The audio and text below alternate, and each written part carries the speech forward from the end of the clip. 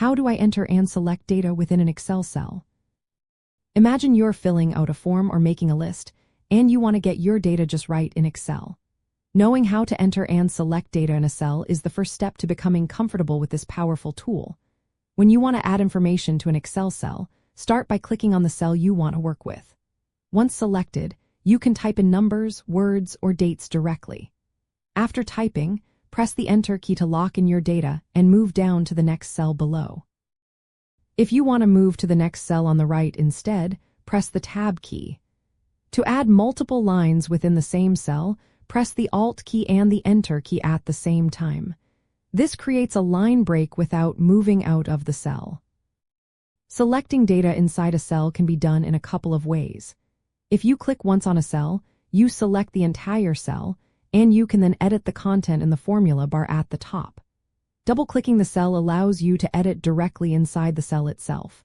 When editing inside, you can use your mouse or arrow keys to highlight specific parts of the data. This is useful if you want to change just a section of the text or number. Keyboard shortcuts make working faster. When editing a cell, pressing the Control key and the key together will select all the data inside that cell.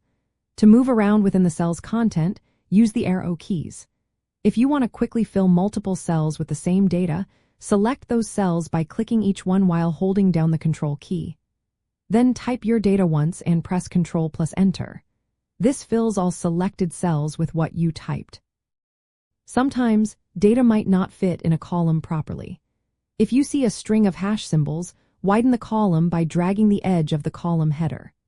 For precise editing, use the formula bar especially when the data is long or complex.